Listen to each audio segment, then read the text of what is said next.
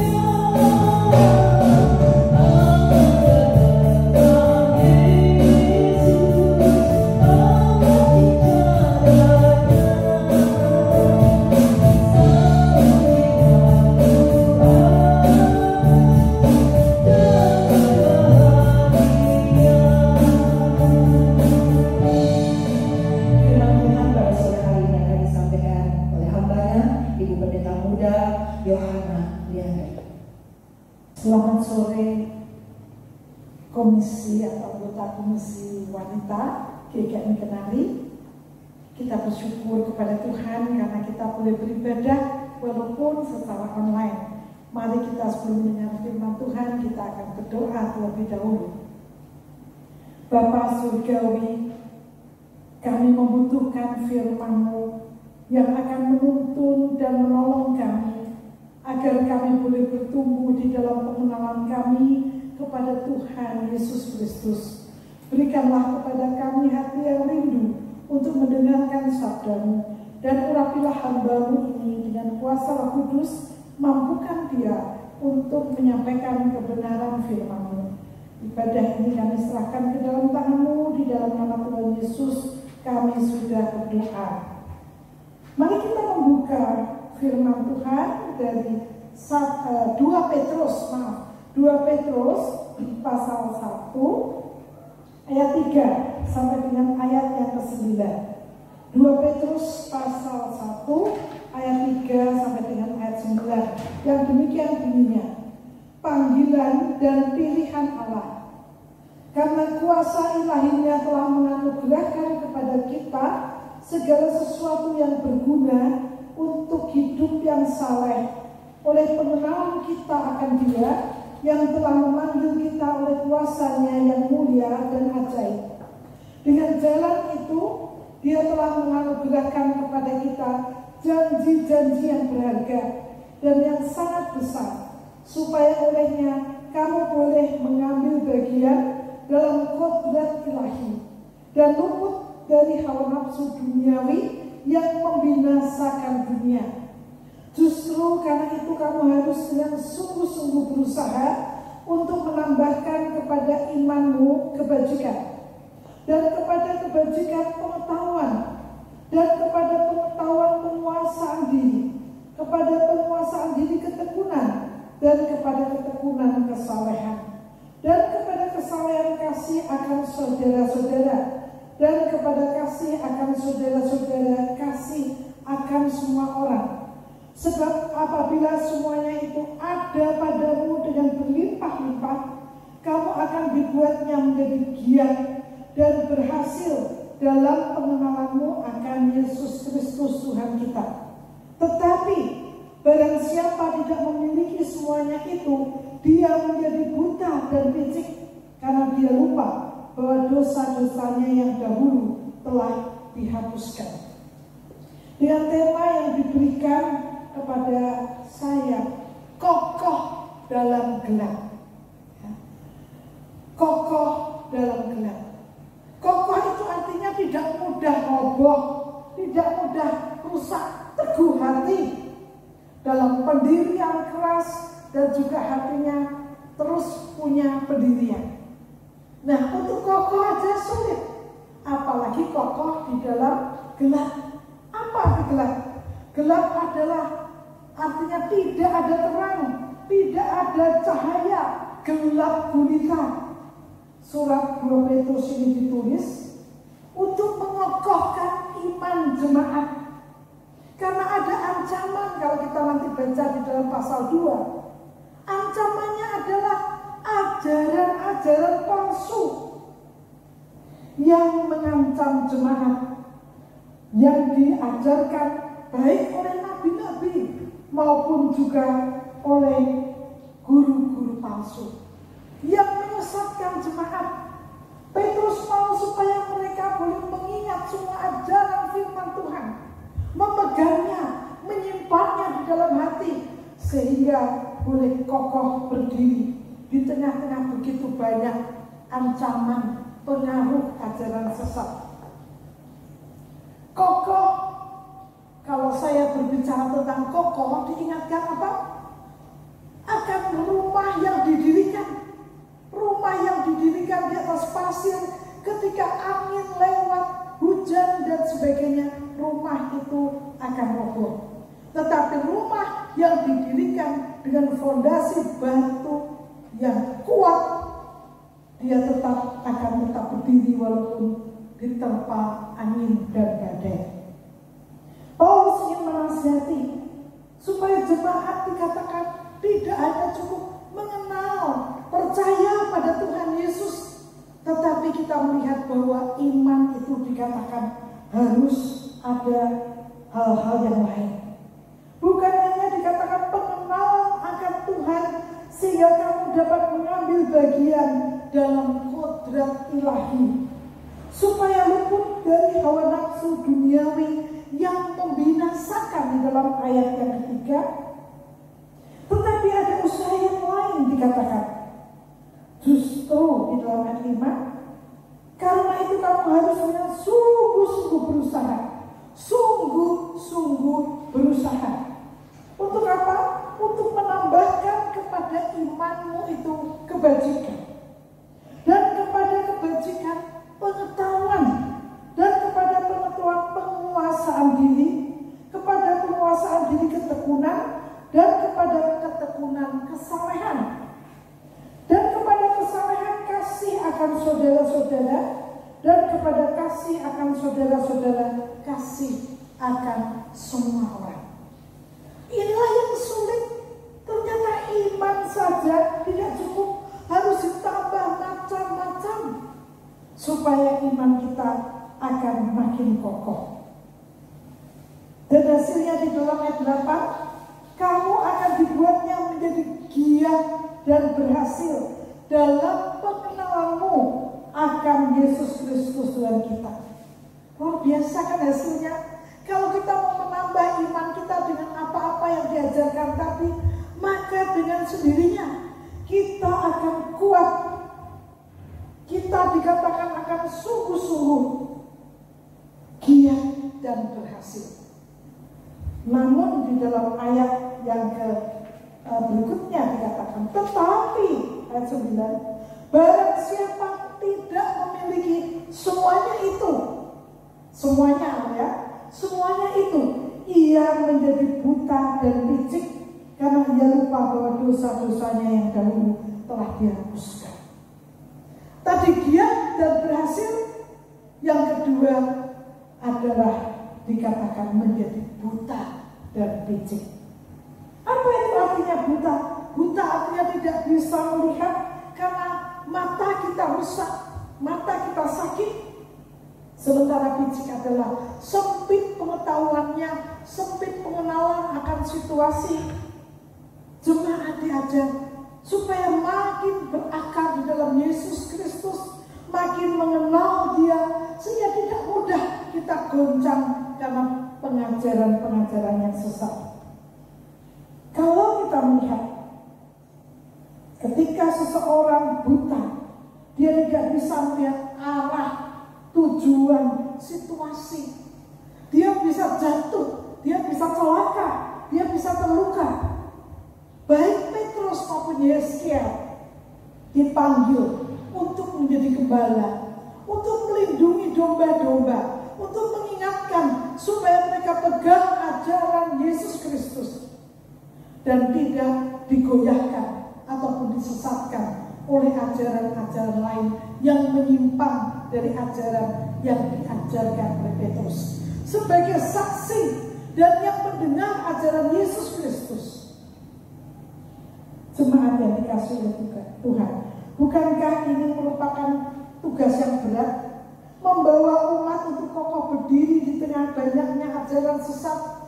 Gelap itu juga bukan hanya ajaran sesat yang mungkin kita tidak dengar saat ini, tetapi pergumulan hidup, penderitaan, situasi pandemi seperti ini bisa juga menggelapkan pikiran kita, hati kita, akal budi kita, sehingga kita hanya hidup khawatir, takut, dan sebagainya. Yeskiel dipanggil untuk memberitakan kasih karunia Tuhan. Kepada siapa?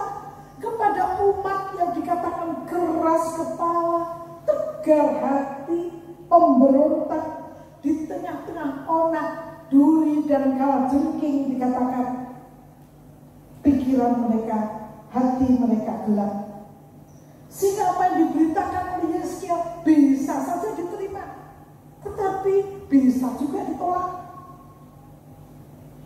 Firman Tuhan menyatakan kepada Yeskiel, jangan gentar dan takut, sekalipun engkau ada di tengah-tengah situasi seperti itu.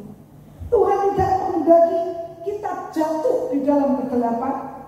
Allah yang Maha Kudus memberikan kekuatan untuk kita tetap kokoh, berdiri dalam kebenaran, hidup kudus dan berkemenangan di tengah-tengah dunia yang gelap ini. Supaya kita tidak mengandalkan diri ini, akal budi kita, harta kita, dan segala sesuatu yang bersifat fana yang menjadi andalan kita. Kita butuh Tuhan dan firman-Nya yang menuntun jalan hidup kita. Kita harus menjadi pelaku-pelaku firman Tuhan. Ingat Mazmur 119 ayat 105. Firman Tuhan adalah pelita bagi kakiku dan terang bagi jalanku. Ketika kita kuat, barulah kita bisa menguatkan orang lain. Mari kita perbanyak waktu kita untuk mempelajari firman Tuhan, cinta Tuhan, menjadi pendoa syafaat, berkomunikasi dengan Tuhan, agar kita memiliki fondasi hidup yang kokoh, yang kuat dan teguh. Karena hanya Tuhan yang sanggup untuk menolong, menopang kita. Bahkan keadaan yang seringkali membuat seolah-olah kita buta, gelap gulita, Tuhan tetap berada bersama dengan kita. Tuhan tidak membiarkan kita jatuh, maka kita harus pegang dan simpan firman Tuhan di dalam hati. Taati firman Tuhan, itu yang penting. Dengar suara Tuhan, bukan suara-suara yang lain.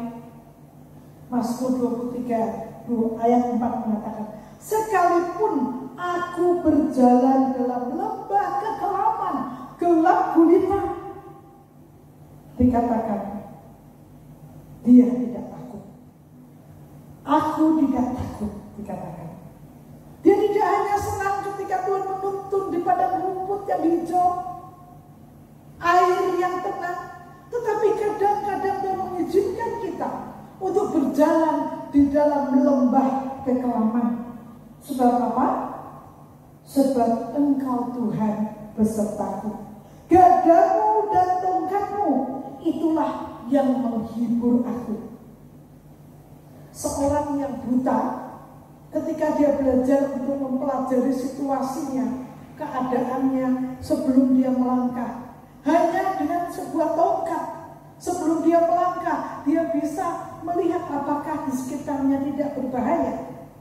Dia bisa mandiri, dia bisa pulang pergi tanpa harus menghadapi bahaya. Sebelum melangkah, tongkatnya diayunkan. Apakah aman untuk melangkah? Saudara, tongkatnya menjadi mata. Petrus rindu supaya di tengah-tengah dunia yang gelap ini, kita makin teguh. Telah teguh dalam kebenaran. Kalau kita lihat di dalam 2 Petrus pasal 1 ayat 10 dan ayat 12. Ada dikatakan teguh, telah teguh di dalam kebenaran, tetap kokoh untuk menjalankan tugas-tugas kita. Hidup adalah pilihan. Berbahagialah kita yang tetap memilih untuk berjalan bersama dengan Tuhan dalam segala keadaan. Dia tidak membiarkan keraguan di dalam hati kita. Ketika ada masalah, mungkin saat-saat ini kita juga bertanya kepada Tuhan, apa maksud Tuhan di tengah-tengah pandemi seperti ini? Kita tetap berpegang pada janji Tuhan yang akan menuntun, menolong, menopang kita, asalkan kita memberikan tangan kita dituntun oleh Allah dan firman-Nya. Saudara, ibu-ibu yang dikasihi Tuhan, hampir 100 WA setiap hari saya terima. Kadang-kadang malas juga ya. Tetapi saya melihat bahwa mereka membutuhkan doa, penghiburan, kekuatan. Mungkin kita tidak bisa melakukan apa-apa. Sebagai ketua komisi finansial saya pun juga sedih. Tidak bisa besuk, tidak bisa melakukan ibadah entah sampai kapan. Tetapi saya dikuatkan oleh Tuhan melalui pelayanan-pelayanan lewat HP, lewat WA. kita bisa tetap berguna. Mari para ibu yang dikasihi oleh Tuhan, jangan sampai kita jatuh, roboh, bahkan binasa karena kita tidak kokoh berdiri di atas fondasi firman Tuhan, mendengar suara Tuhan, menjadi pelaku-pelaku firman Tuhan. Amin. Mari kita berdoa. Bapa surgawi, jangan biarkan kami mengandalkan kekuatan kami, kepandaian kami, dan segala sesuatu yang bersifat fana. Kami mau tekun membaca firman-Mu, dan makin tekun kami mau menjadi pelaku-pelaku firman-Mu, dan kami mau terus giat berkomunikasi dengan Tuhan lewat doa. Biarlah tanamkan firman-Mu di dalam hati kami. Di dalam nama Tuhan Yesus kami sudah berdoa. Amin. Saudara kasih dalam Tuhan, kita sudah mendengar firman Tuhan yang disampaikan oleh Ibu Yohana tadi. Saudara, jangan kita berhenti hanya sampai kita mendengar firman Tuhan, tapi mari kita mematuhi, mentaati, dan melakukan, menghidupi firman itu dalam keseharian kita. Percaya dan patuhlah.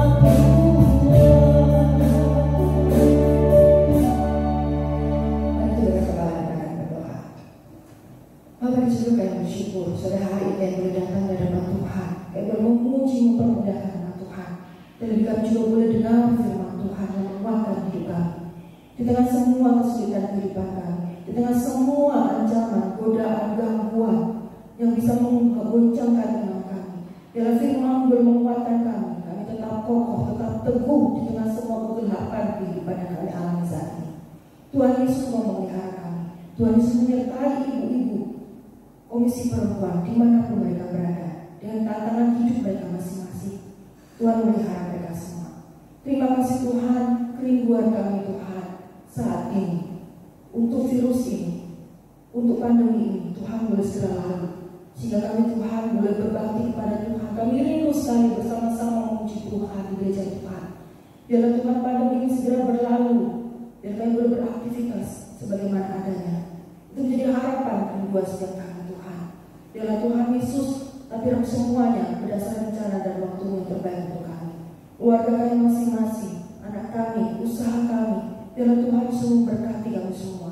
Biarlah kami di tengah semua hal yang terjadi dalam hidup kami boleh tetap menaruh harap percaya kami kepada Tuhan. Dan kami yakin percaya yang terbaik Tuhan percayakan akan berikan kepada setiap kami. Terima kasih Tuhan Yesus, terima kasih. Kami letakkan harapan kami ke dalam tangan Tuhan.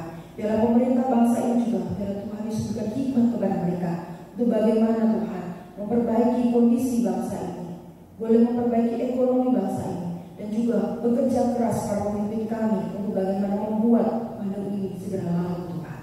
Terima kasih Tuhan Yesus, terima kasih untuk ibadah kami sore hari ini.